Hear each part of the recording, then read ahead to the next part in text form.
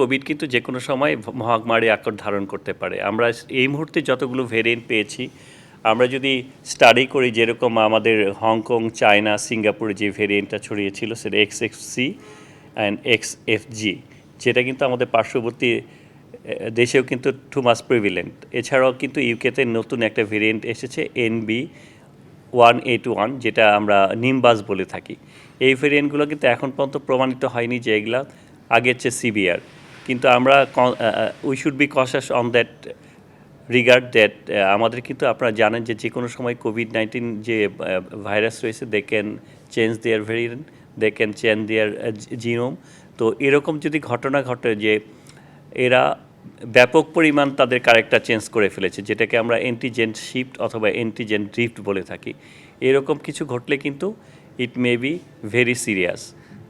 এই মুহূর্তে আমরা বলতে পারবো না it is too much serious, এবং সংখ্যাটাও খুব বেশি নয়, এখনও আতঙ্কিত হওয়ার কোনো ঘটনা ঘটেনি। বাট আমরা যদি সচেতন হই, এই ডিজিজটার স্প্রেডটা যদি আমরা কন্ট্রোলে রাখতে পারি, তাহলে কিন্তু নিউ ভেরিয়েন্টের যে জেনেসিস বা নিউ ভেরিয়েন্ট নতুন নতুন তৈরি হওয়ার সেই সংখ্যাটা অনেক কমে যাবে এবং সিভিয়ারিটিও কমে যাওয়ার সম্ভাবনা রয়েছে। করোনার যে রোগগুলো থাকে, যেরকম ফিভার থাকে, ফিভারটা কিন্তু সবসময় হাই গ্রেড হবে, not necessary, it can be low grade also. ফিভারের সাথে আমাদের যেরকম শরীর ব্যথা, খুব উইকনেস, তারপরে কাশি, গলা ব্যথা, তারপরে অনেক সময় দেখা যায় যে আমরা ঘ্রাণ শক্তি হারিয়ে ফেলি, যেটা লস অফ স্মেল, অথবা লস অফ টেস্ট, যেটা আমরা ক্ষুধামন্দ বলে থাকি, এগুলো কিন্তু এখনও প্রেজেন্ট আছে। তবে আমরা কয়েকটা কেস পেয়েছি যাদের ডায়রিয়াও রয়েছে, এগুলো কিন্তু আগেও ছিল। তবে আমরা বিভিন্ন দেশের স্টাডিতে জেনেছি যে নিউ ভেরিয়েন্টে কিন্তু গলায় তীব্র ব্যথা হয়, যেটাকে রেজার ব্লেড থ্রোট বলে থাকি। কিন্তু আমাদের কিন্তু আমরা যে বাংলাদেশে যেগুলো পাচ্ছি, এগুলো কিন্তু ওই রকম না। খুব বেশি যে গলা ব্যথা, উই ক্যান নট টেল ইট, যদিও অনেকের অনেক তীব্র গলা ব্যথা রয়েছে, কিন্তু আমাদের মৃদু থেকে তীব্র সব ধরনের গলা ব্যথাই পাচ্ছি। আর যেটা হয়ে থাকে যে আমাদের কিছু কিছু কেস, স্পেশালি যারা কোমরবিড পেশেন্ট, যা এজেড, তাদের কিন্তু অক্সিজেন স্যাচুরেশন কম। ফার্স্ট কোভিড কেস পেয়েছি 6ই মে 2025-এ। তারপরে কিন্তু 15 দিন দেয়ার ওয়াজ নো কেস। আমরা নেক্সট কেস পেয়েছি অন 21st of May।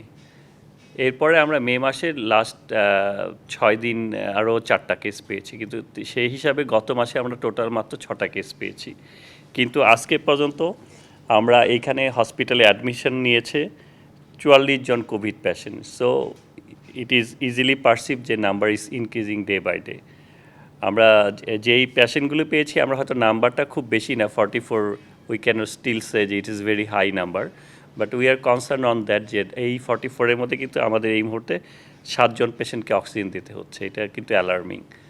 এখন থেকেই যদি জনগণ কোনো ভিড় বা অনেক লোক সমাগমের মাধ্যমে যায়, যদি তারা মাস্ক পরিধান করে, তারা যদি সাবান পানি দিয়ে হাত ধৌত করে বা মুভিং অবস্থায় হ্যান্ড স্যানিটাইজার ইউজ করে, অথবা সোশ্যাল ডিস্টেন্সিং, যেটা আমরা বলি যে দূরত্ব মেনটেন করা অ্যাটলিস্ট 3 ফিট, অথবা যদি কোনো সাসপেক্টেড পেশেন্টের সামনে যায়, সেই ক্ষেত্রে কিন্তু তাকে অ্যাটলিস্ট 6 ফিট দূরত্ব মেনটেন করতে হবে।